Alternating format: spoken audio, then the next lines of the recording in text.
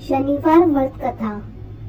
इसके पाठ से शनि साढ़े और शनि दोष से मिलेगी मुक्ति। आज्ञा दी गुरुदेव ने दीना शीश झुकाए, कथा कहूँ शनिदेव की भाषा सरल बनाए।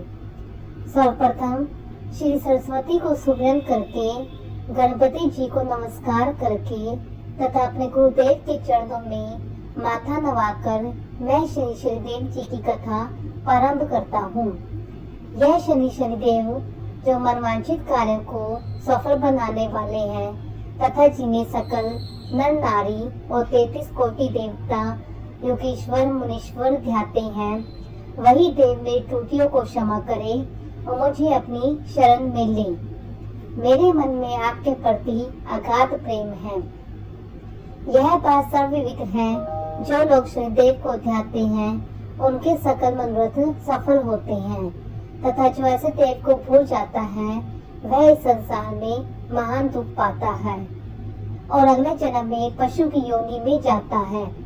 जो कथा मैं तन मन से कहने जा रहा हूँ उसे आप भी सच्चे मन से ग्रहण करें। एक बार संसार में चहु और पूजे जाने वाले नवग्रह एक स्थान पर एकत्रित हुए, परस्पर विविध प्रकार से वार्तालाप करने लगे।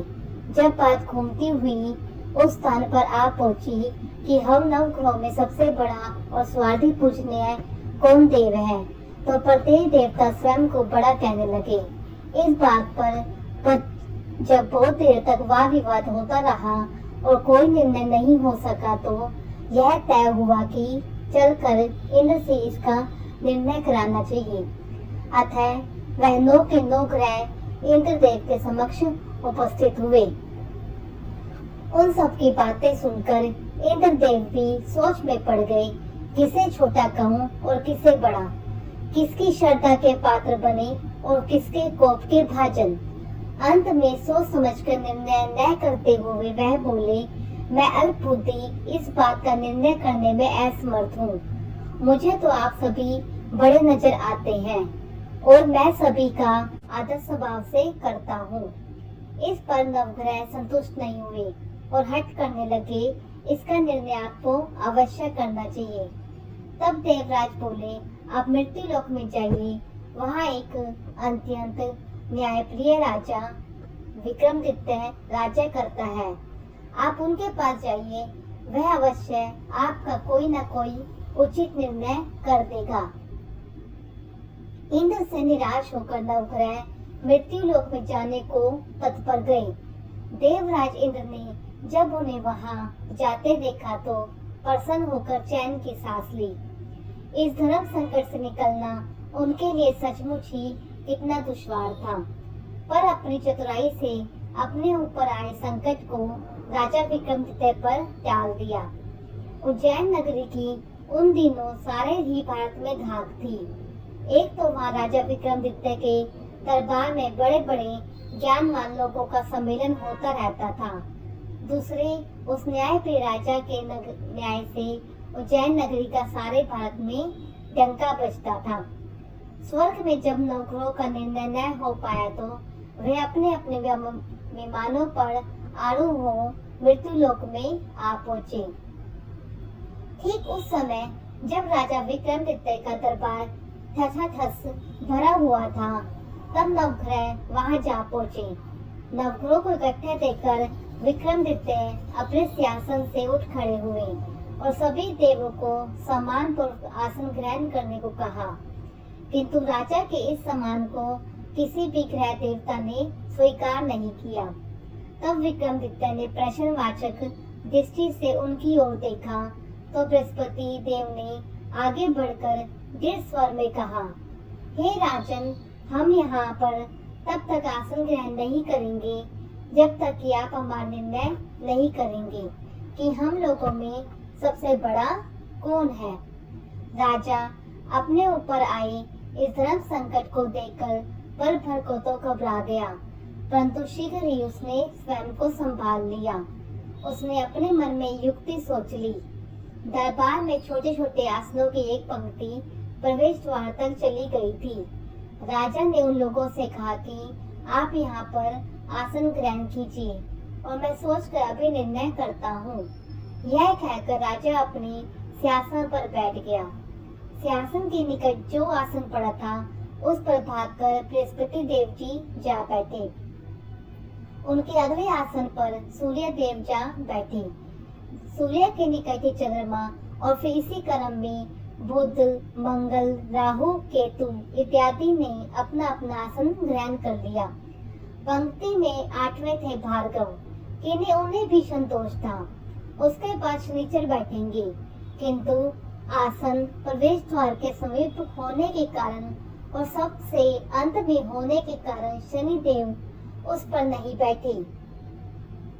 राजा विक्रमादित्य ने सोचा था कि जो ग्रह उस अंतिम आसन पर बैठेगा उसी को विनय और दयाशील के आधार पर बड़ा कह देंगे, पर वहाँ तो बात ही दूसरी हो गई। शनिदेव अति क्रोधी और विकट स्वभाव के देवता है। जब वह नहीं बैठे तो आठों ग्रह खिलखिलाकर हंस पड़े। अपना इस प्रकार से अपमान होते देखकर शनिदेव की आंखें क्रोध से लाल हो गई और भृकुटी तन गई। क्रोध से कांपते हुए राजन बोले, मुझसे वैर लेकर तुमने अच्छा नहीं किया। क्या समझकर तुमने मुझे इस प्रकार से अपमानित करना चाहा है और क्यों मुझे तले बिठाना चाहा है।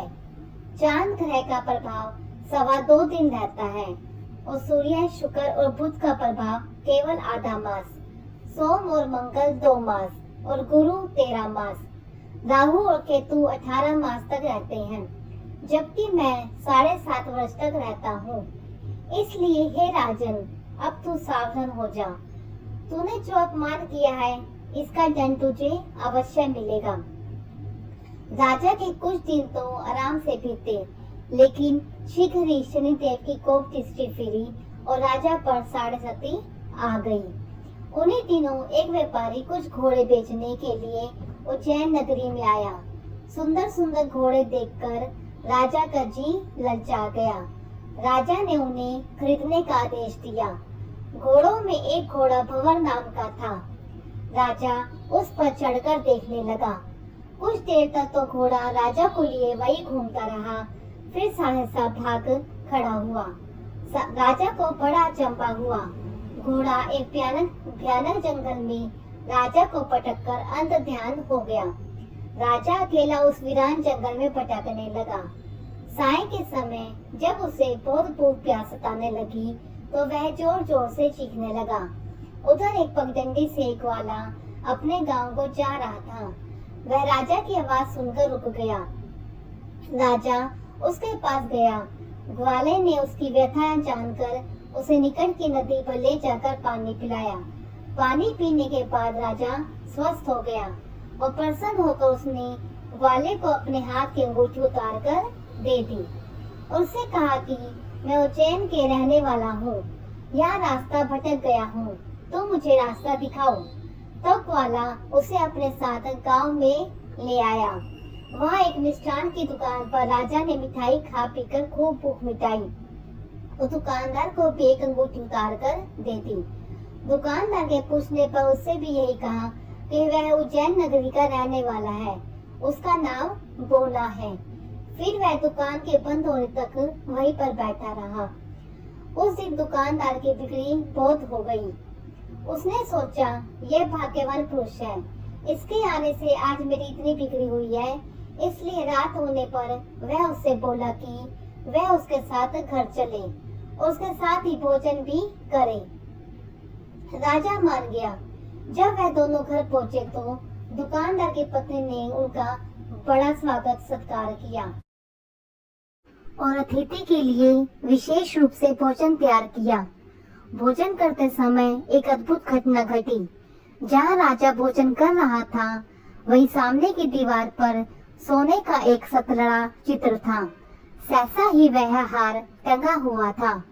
उसके पीछे एक हार वहाँ से अदृश्य हो गया। दुकानदार के यहाँ एक बांदी थी। उसने जाकर घर की मालकिन से कहा, वहाँ खूंटी पर हार नहीं है। जब बात दुकानदार तक पहुँची तो उसने राजा से पूछा। राजा बोला, मुझे तो नहीं मालूम, तुम्हारे और मेरे अतिरिक्त तो यहाँ कोई था ही नहीं। सच सच बताओ हार कहाँ है? मुझे नहीं मालूम, राजा फिर बोला। मेरे पास कोई हार नहीं है। जब कोई निर्णय नहीं हो सका तो दुकानदार राजा को उस नगर के राजा के पास ले गया। उस नगर के राजा ने जब विक्रमादित्य की भोली भाली सूरत देखी तो वह बोला, यह व्यक्ति कभी भी चोरी नहीं कर सकता। और यह कहकर उसने विक्रमादित्य को छोड़ दिया। विक्रमादित्य जब उसे नगर में यूं ही इधर उधर घूम रहा था, तब उस नगर के एक तेली ने उससे कहा कि वह उसके यहाँ काम कर ले तो उसे वह रहने को स्थान और खाने को सामग्री भी देगा। राजा मान गया और तेली उसे अपने घर ले आया। वहाँ राजा सारा दिन धानी पर बैठा उसके बैलों को हाँकता रहता और तेली बाजार में तेल बेच आता।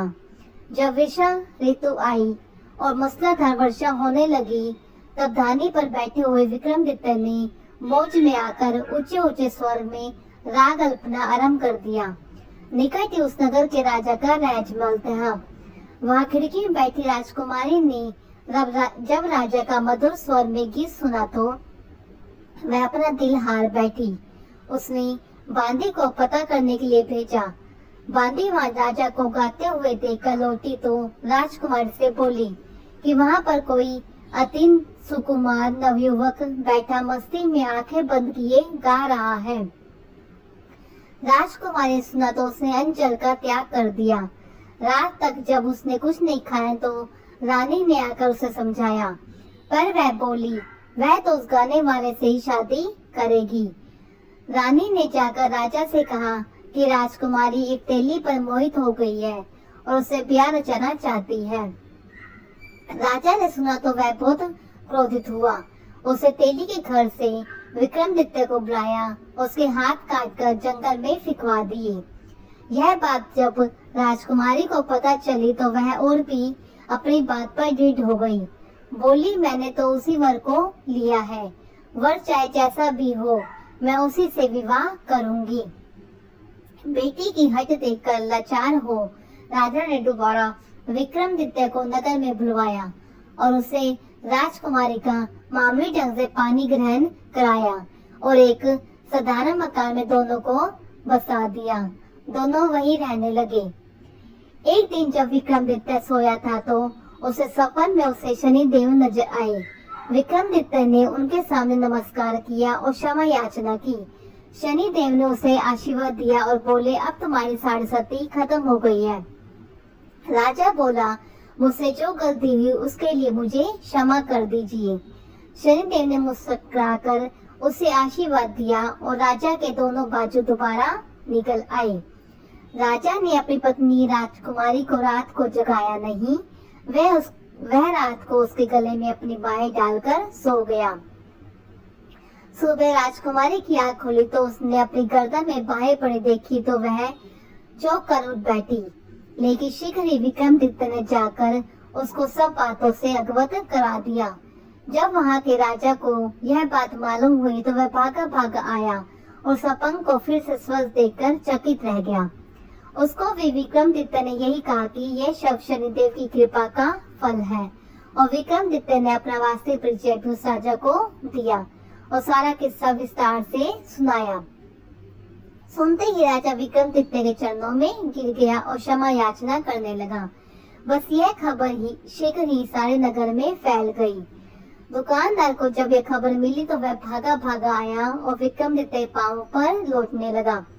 विक्रमादित्य ने उसे उठाकर आसन पर बिठाया और कहा, तुम जाकर उसी खूंटी पर हार देखो, हार टंगा होगा। और सच ही दुकानदार ने कहा हार टंगा पाया।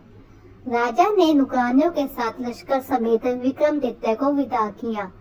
राजा विक्रमादित्य जब राजकुमारी को लेकर उज्जैन में लश्कर समेत पहुंचा तो सारी नगरी में उत्साह छा गया। अपने राजमहल में प्रवेश करने से पूर्व विक्रमादित्य नवग्रहों की पूजा की और शनिदेव को सर्वोच्च स्थान दिया।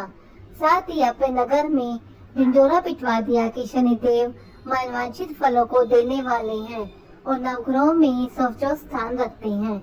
इसी प्रकार शनिदेव को मनाकर विक्रमादित्य ने अपने राज्य यश कीर्ति को प्राप्त कर लिया।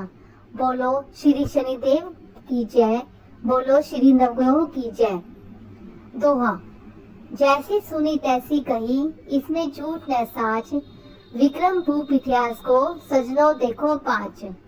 सुने सुनावे शनि कथा, गावे जो चितलाए, सत्य वचन है संत का, वाको संकट जाए।